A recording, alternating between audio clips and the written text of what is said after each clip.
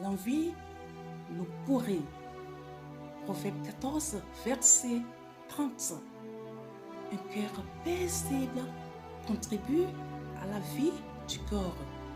Mais l'envie est comme une maladie qui ronge les os.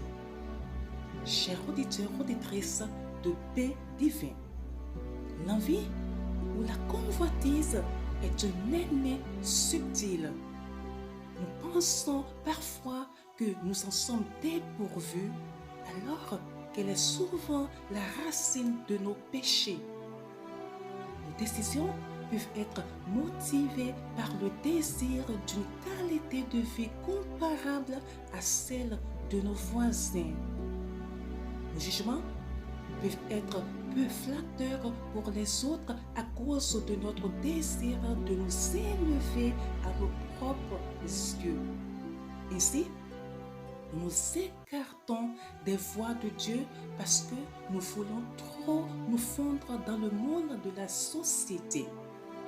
Nous nous comparons sans cesse aux autres et la comparaison conduit à la convoitise.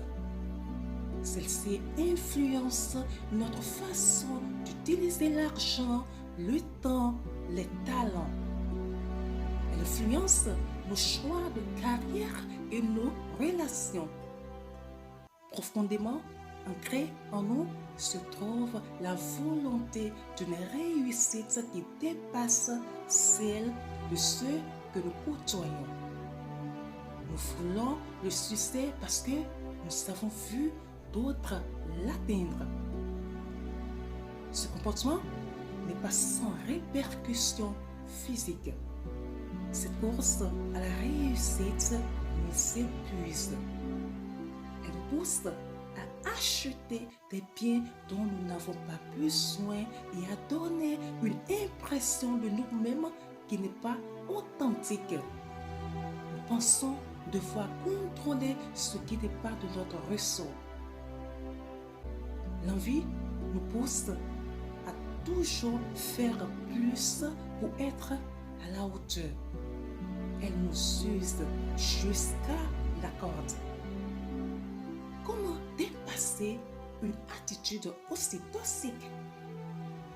L'envie disparaît lorsque nous acceptons que notre valeur ne dépend pas du regard des autres, mais de celui de Dieu. Si nous ne sommes que de pauvres pécheurs sauvés par l'extraordinaire compassion de Dieu, alors pourquoi nous envier les uns les autres? Chers bien-aimés, seules les personnes qui sont emparées de l'inconcevable grâce de Dieu sont à envier. Et cette grâce est librement accessible à chacun. Bonne méditation à vous. Shalom.